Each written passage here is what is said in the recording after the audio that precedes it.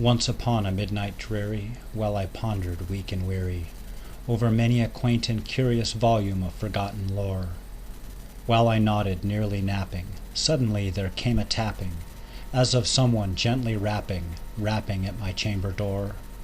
"'Tis some visitor," I muttered, tapping at my chamber door. Only this, and nothing more. Ah, distinctly I remember, it was in the bleak December, and each separate dying ember wrought its ghost upon the floor. Eagerly I wished the morrow. Vainly I had sought to borrow from my books surcease of sorrow, sorrow for the lost Lenore, for the rare and radiant maiden whom the angels name Lenore, nameless here forevermore. And the silken, sad, uncertain rustling of each purple curtain thrilled me, filled me with fantastic terrors never felt before, so that now, to still the beating of my heart, I stood repeating, "'Tis some visitor entreating entrance at my chamber door, some late visitor entreating entrance at my chamber door, this it is, and nothing more." Presently my soul grew stronger, hesitating then no longer. "Sir," said I, or "Madame, truly your forgiveness I implore, but the fact is I was napping, and so gently you came rapping, so faintly you came tapping at my chamber door, that I scarce was sure I heard you." Here I opened wide the door, darkness there, and nothing more. Deep into that darkness peering, long I stood there wondering, fearing, doubting, dreaming dreams no mortals ever dared to dream before. But the silence was unbroken, and the stillness gave no token, and the only word there spoken was the whispered word, "Lenore." This I whispered, and an echo murmured back the word, "Lenore." Merely this, and nothing more. Back into the chamber turning, all my soul within me burning, soon again I heard a tapping somewhat louder than before. "Surely," said I, "surely that is something at my window lattice? Let me see, then, what thereat is, and this mystery explore. Let my heart be still a moment, and this mystery explore. 'Tis the wind, and nothing more." Open here I flung the shutter, when, with many a flirt and flutter, in there stepped a stately raven of the saintly days of yore. Not with the least obeisance made he, not a minute stopped or stayed he, but with mien of lord or lady, perched above my chamber door, perched upon a bust of Pallas, just above my chamber door, perched and sat, and nothing more. Then this ebony bird beguiling my sad fancy into smiling, by the grave and stern decorum of the countenance it wore. "Though thy crest be shorn and shaven, thou," I said, "art sure no craven, ghastly, grim, and ancient raven, wandering from the nightly shore. Tell me what thy lordly name is on the night's Plutonian shore." Quoth the raven, "Nevermore." Much I marveled this ungainly fowl to hear discourse so plainly, though its answer little meaning, little relevancy bore. For we cannot help agreeing that no living human being ever yet was blessed with seeing bird above his chamber door, bird or beast upon the sculptured bust above his chamber door, with such a name as Nevermore. But the raven, sitting lonely on the placid bust, spoke only that one word, as if his soul in that one word did he outpour.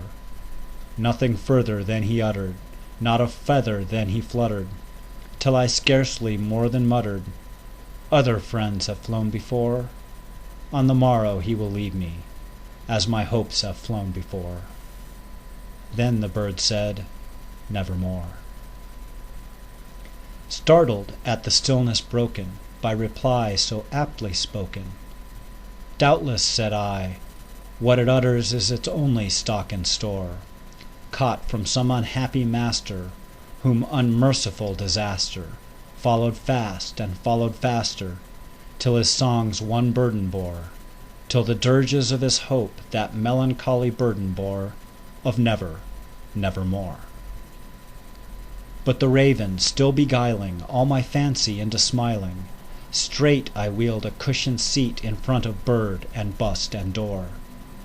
Then upon the velvet sinking, I betook myself to linking fancy unto fancy, thinking what this ominous bird of yore, what this grim, ungainly, ghastly, gaunt, and ominous bird of yore meant in croaking, nevermore. This I sat engaged in guessing, but no syllable expressing, to the fowl whose fiery eyes now burned into my bosom's core.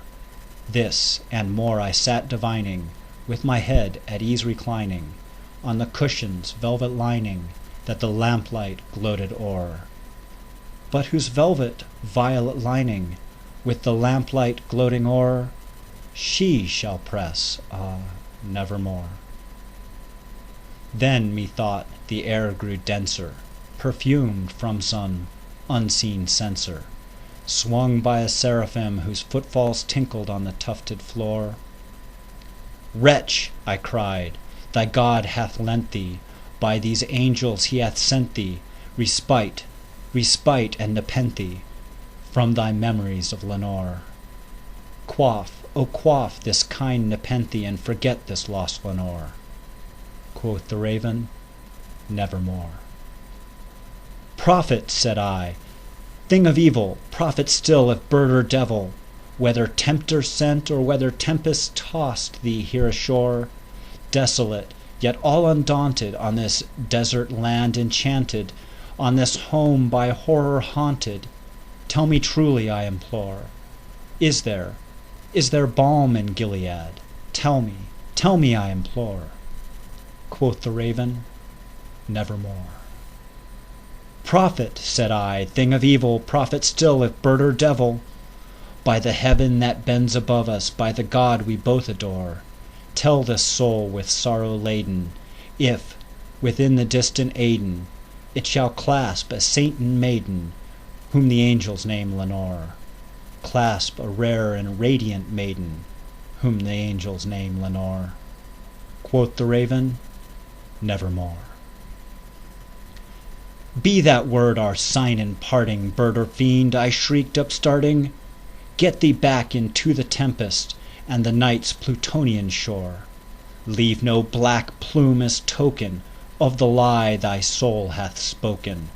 Leave my loneliness unbroken. Quit the bust above my door. Take thy beak from out my heart, and take thy form from off my door." Quoth the raven, "Nevermore." And the raven, never flitting, still is sitting, on the pallid bust of Pallas, just above my chamber door, and his eyes have all the seeming of a demon's that is dreaming, and the lamplight o'er him streaming throws his shadow on the floor, and my soul from out that shadow that lies floating on the floor shall be lifted nevermore.